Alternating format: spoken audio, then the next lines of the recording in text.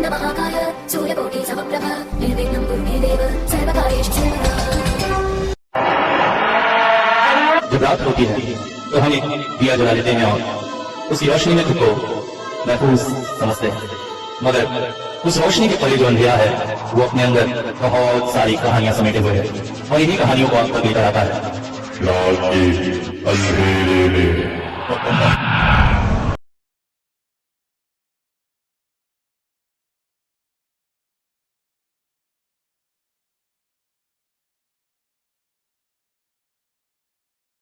रात का गहरा सन्नाटा चारों ओर छाया हुआ था। विजय अपने बिस्तर पर गहरी नींद में सोया हुआ था कि अचानक उसकी नींद खुल गई। माथे पर कुछ पानी सा गिरा। वो चौंक पड़ा। अरे, सीलिंग से सीपेज, मगर ये कैसे हो सकता है? उसने माथे पर हाथ लगाकर देखा। हाँ, पानी ही था। तभी अचानक उसकी नज़र पास के दरवाजे पर गई। दरवाज़ा खुला हुआ था। उसके बेड के पास एक आईना था। आईने में दरवाजे का प्रतिबिंब दिखाई देता था और उस प्रतिबिंब को देखकर वो चौंक पड़ा था। उसे ऐसा लगा जैसे तो लाल लाल जलते हुए अंगारे दरवाजे के पास खड़े हैं। अंगारे घर के अंदर कैसे आ सकते हैं? उसका कमरा ऊपर की तरफ था। कमरे में आने की सीढ़ियाँ बस थी और किसी हिस्से से कमरे में नहीं आया जा सकता था। नीचे का दरवाज़ा बंद था। नीचे उसके माता पिता सो रहे थे। ऐसे में किसी जानवर वगैरह के भी अंदर आने की संभावना नहीं है। फिर वो क्या देख रहा है? उसने एक बार मुड़कर दरवाजे की तरफ देखा और वो चौंक पड़ा, क्योंकि दरवाजे पर तो कुछ भी नहीं था। पर आईने में ये क्या दिखाई दे रहा है उसे? तभी अचानक लोड शेडिंग से लाइट गोल हो गई। कमरे में घुप अंधेरा छा गया। बाहर स्ट्रीट लाइट की रोशनी थी और उस मध्यम रोशनी में विजय ने एक बार फिर से आईने की तरफ देखा। हाँ, अभी वो दो लाल लाल जलते हुए अंगारे दरवाजे के बाहर ही थे और तभी वो अंगारे एक भयानक आकृति में बदलने लगे। एक इंसानी शरीर जैसी आकृति, मगर पूरी तरह से इंसानी शरीर नहीं, और बेहद डरावना सा चेहरा। और वो अंगारे असल में अंगारे नहीं, अभी तो उस चेहरे की जलती हुई आंखें थी। कमरे में एक अजीब सी हंसी की आवाज फैल गई। विजय कांप उठा और उठकर अपने बिस्तर से भागने की कोशिश किया। तभी अचानक तो मजबूत हाथों ने उसे अपनी जकड़ में ले लिया। अगली सुबह इंस्पेक्टर सोमदत्त विजय के घर पर थे। विजय की मां का रो रो कर बुरा हाल था। विजय के कमरे में उसकी लाश थी। लाश को देखकर बहुत ही विभत्सता का अनुभव हो रहा था, क्योंकि उसकी गर्दन को बहुत बुरी तरह से मरोड़ दिया गया था। ऐसा कोई निशंस जीव ही कर सकता है, पर यहाँ पर कौन आया होगा? विजय की माँ फूट फूट कर कह रही थी, कमरे में आने की बस एक ही सीढ़ियाँ हैं और उन सीढ़ियों के पास ही उसका कमरा है। रात में उसे कोई भी आवाज़ नहीं सुनाई दी, वरना उसकी नींद बहुत हल्की है, वो उठ जाती। आखिर कौन और कैसे विजय को मार गया, इस बात पर पुलिस को भी आश्चर्य था। लाश को पोस्टमार्टम के लिए भेज दिया गया। तभी इंस्पेक्टर सोमदत्त विजय की मां से पूछ बैठे, विजय का किसी के साथ कोई झगड़ा वगैरह था? नहीं सर, ऐसा तो कुछ भी नहीं था। अच्छा, उसका बंधु बांधव मतलब फ्रेंड सर्कल?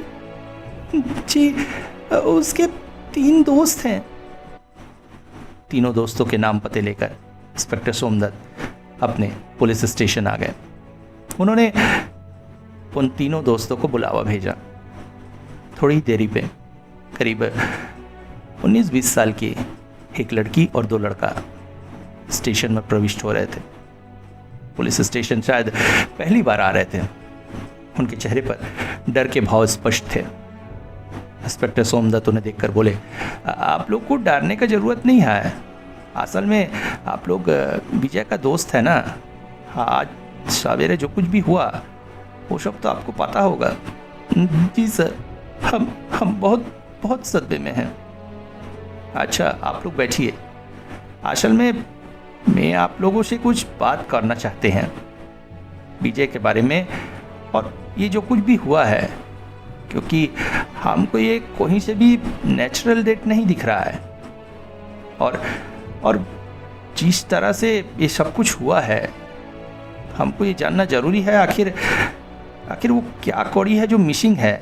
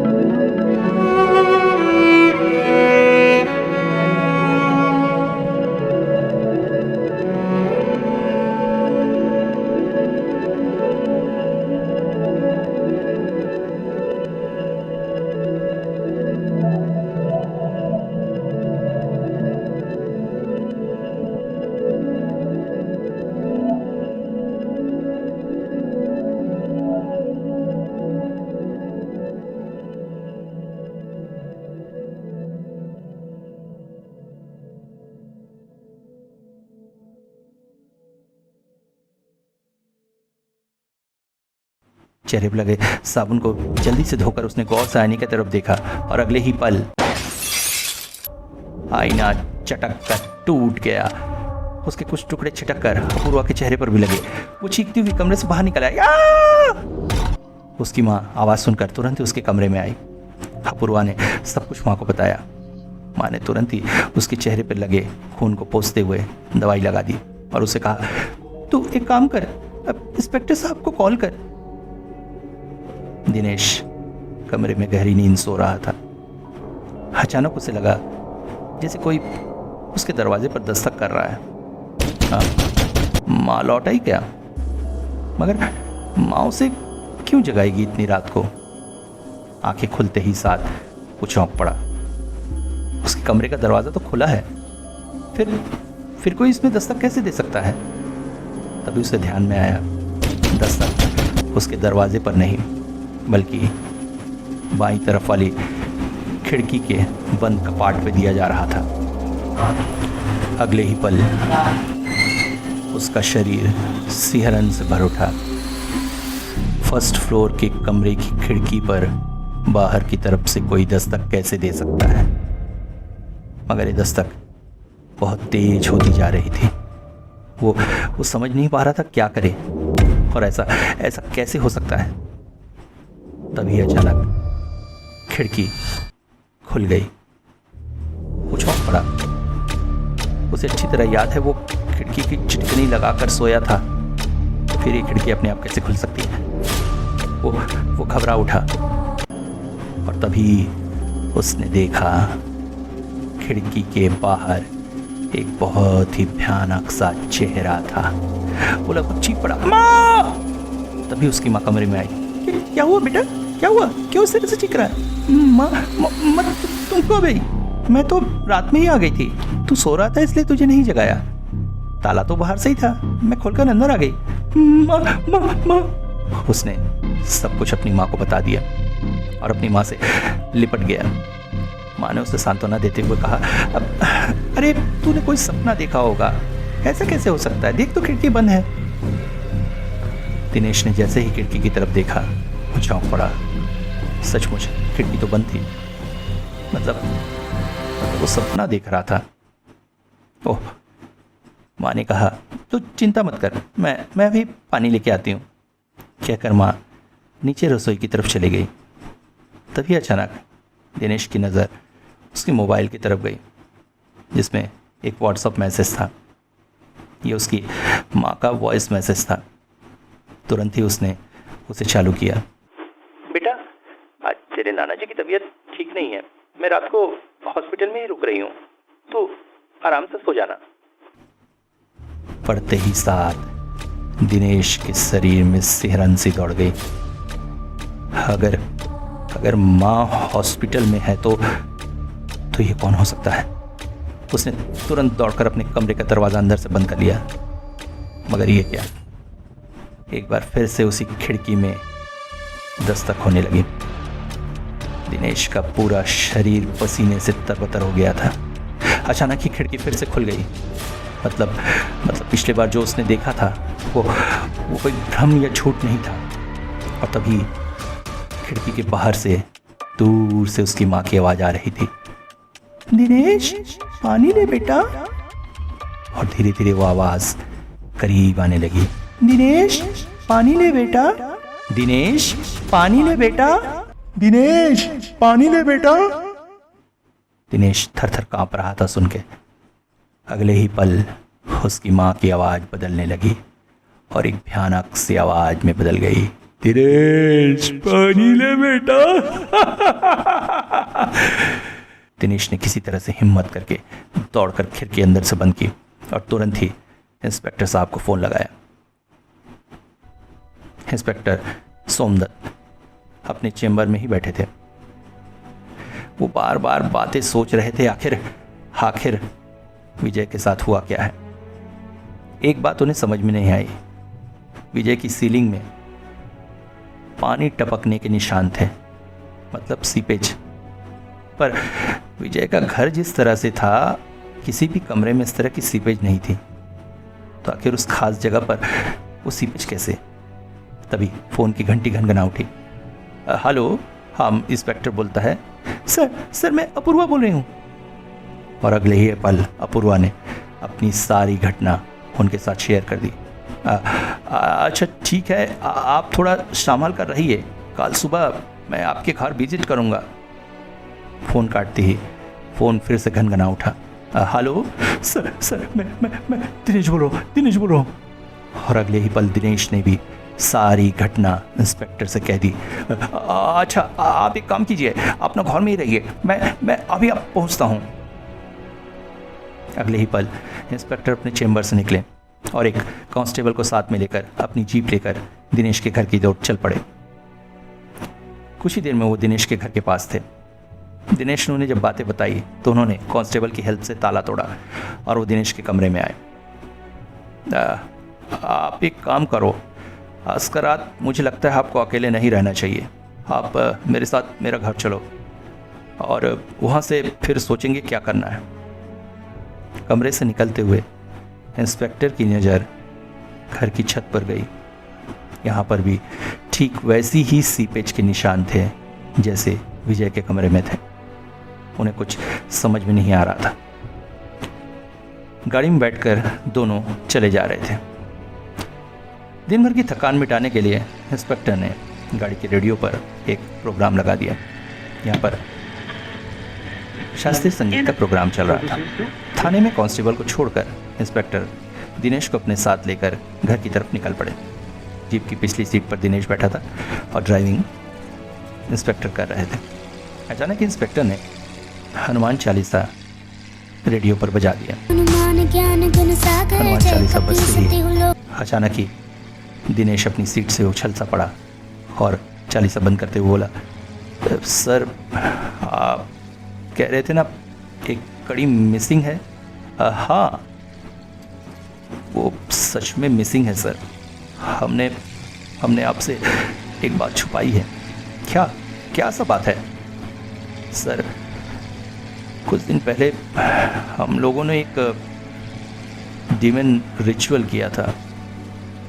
अब ये रिचुअल लोग अक्सर कुछ पाने के लिए करते हैं, मगर हमें कुछ पाना तो नहीं था, मगर जिज्ञासा कुछ ऐसी होती है कि क्या, मगर ये बात आप लोगों ने अभी तक मुझे क्यों नहीं बताई? सर, हम डर गए थे। असली में ये काम हमने हमारे कॉलेज कैंपस के पास ही किया था। हमारे कॉलेज कैंपस के थोड़ी दूरी पर एक वीरान सा घर है, वहाँ पर हमने ये रिचुअल किया था। इसमें चौक से एक पेंटागन बनाना होता है और फिर इसमें 5 मोमबत्तियाँ रख के खास मंत्र पढ़ा जाता है जिससे इफरीत जिन्न को बुलाया जाता है। हम पांचों ने भी वही किया था, मगर लगता है हमसे कुछ गलती हो गई।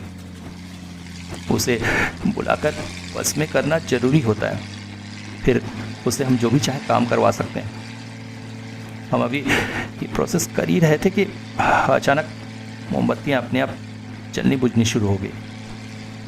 इसे हम लोग डर से गए थे, मगर मंत्र जाप हमने नहीं छोड़ा। मंत्र जाप पूरा होते ही साथ अचानक ही मोमबत्तियाँ बुझ गई। रिचुअल अनुसार मोमबत्तियाँ बुझनी नहीं चाहिए, वो क्यों बुझी हम लोगों को समझ में नहीं आया। फिर अचानक ही पास की एक कमरे की खिड़की पूरी तरह से टूट गई। हम डरकर वहाँ से भाग आए। उस रात हमने कॉलेज कैंपस में ही बिता दी थी और फिर अपने अपने घर चले गए। कुछ दिनों तक कुछ भी नहीं हुआ। हमें लगा सब कुछ ठीक हो गया, पर अब मुझे लगता है ये सब कोई प्रीत जी नहीं कर रहा है। आज के ज़माना भी कोई ये सब बात का विश्वास करेगा? सर, विश्वास तो करना होगा, वरना आप खुद सोचिए विजय को इतनी निशंसता से कौन मार सकता है? पौधा तो तुम्हारा सही है, मगर ये सब चीज़ तुम लोग सीखा कहाँ से? सर, महेश हमारा जो दोस्त है वो इन चीज़ों की बहुत किताबें पढ़ता है।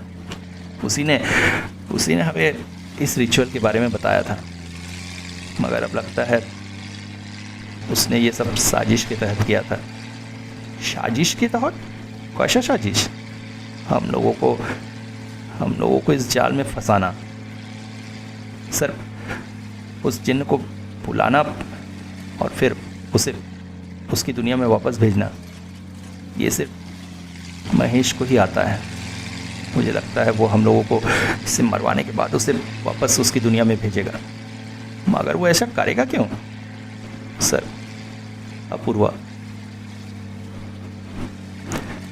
से वो स्कूल टाइम से ही प्यार करता है, मगर अपूर्वा उसे कभी भाव नहीं देती है। पर जब से हम कॉलेज में आए हैं, अपूर्वा विजय की तरफ अट्रैक्ट हो रही थी। वो शायद ये सहन नहीं कर पाया। तो फिर मुझे लगता है हमको जल्द से जल्द मोहिश से संपर्क करना चाहिए। तुम जरा मुझे रास्ता बताओ, मैं गाड़ी उधर ही ले जाता हूँ, कहकर इंस्पेक्टर ने जैसे ही गाड़ी मोड़ने की कोशिश की, वो चौंक पड़े। सड़क के बीचों बीच एक इंसानी आकृति सा कोई खड़ा था। उन्होंने तेजी से ब्रेक मारने की कोशिश की, मगर गाड़ी उस आकृति से टकरा गई। पर आश्चर्य, गाड़ी उस आकृति के हार पार ऐसे निकल गई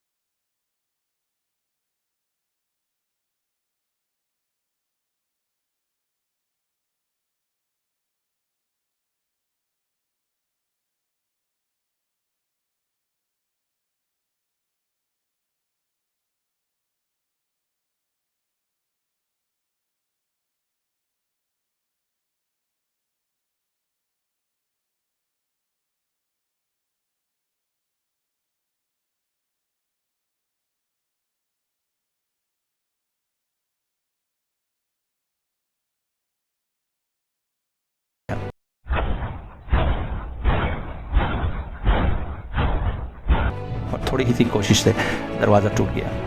तब तक महेश के पिता भी ऊपर आ चुके थे और अंदर का जो दृश्य उन्होंने देखा, उसे देखते ही महेश के माता पिता जैसे ज़मीन पर लौट पड़े। पंखे से महेश की लाश लटक रही थी। सुसाइड? मगर सुसाइड क्यों किया उसने? इंस्पेक्टर ने दिनेश से कहा, हमारा मदद करो, इसको उतारना पड़ेगा। महेश की लाश को उतारते हुए इंस्पेक्टर बोल पड़े, दिनेश, हमको लगता है ये सुसाइड नहीं है, वो चीन ने महेश को भी मार दिया है। मगर आप इतने विश्वास से कैसे कह सकते हैं सर? ये देखो, सीलिंग में कोई ऐसा पानी जैसा दिखाई दे रहा है। तुम शायद ध्यान नहीं दिया होगा, पर हम देखा है। उस दिन विजय का कमरा में और आज तुम्हारा कमरा का सीलिंग में भी हमको ऐसा ही जल जैसा दिखाई दिया था। और ऊपर से देखो ना, ये जल कैसा गाढ़ा गाढ़ा सा है, सामान्य जल व पानी का जैसा नहीं दिखता है। सर, मैं समझ रहा हूँ, ये हुस की दुनिया का पानी है सर, हुस मरीज जिन्न की दुनिया का। इसी के ज़रिए वो हमारी जगहों पर आता और जाता है। ये इसीलिए ऐसा है सर। और सब जगह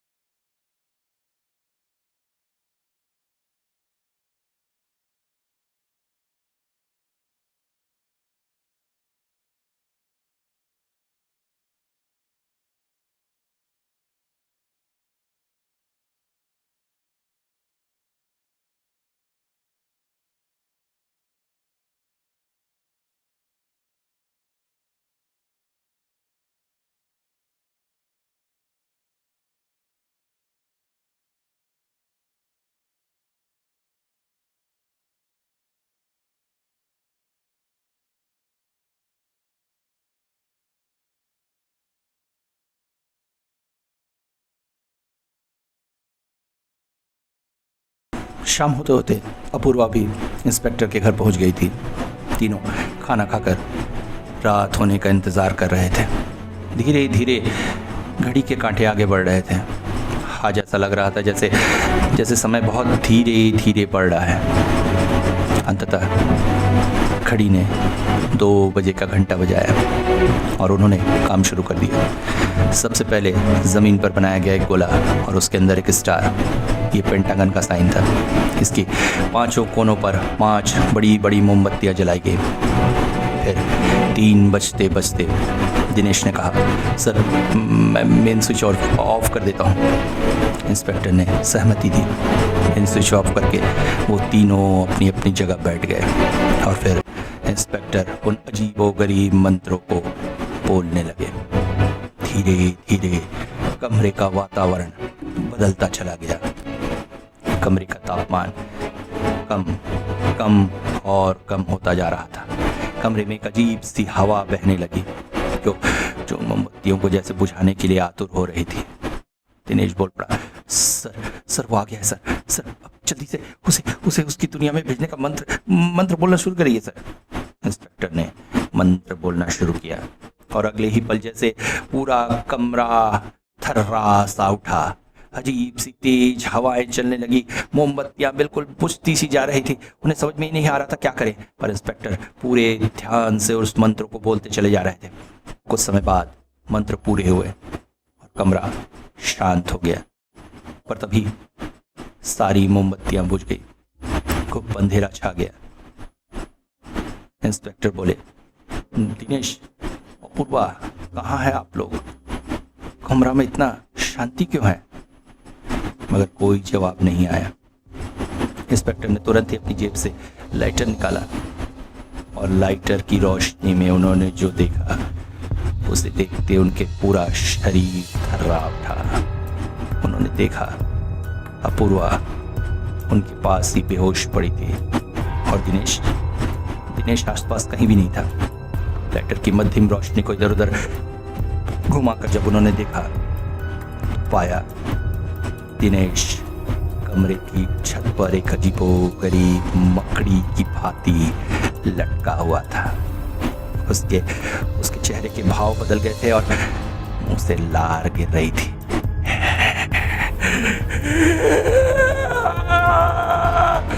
दिनेश, ये तुमको क्या हुआ? तुम वहां कैसे पहुंचा? दिनेश, मरी जिन्हें इन्होंने जगाया, तुम्हारी दुनिया में लाया। मैं इसी दुनिया में रहूंगा। तुझे क्या लगता है तेरे साथ दिनेश था? वो तो कल ही अपने कमरे में मर चुका था।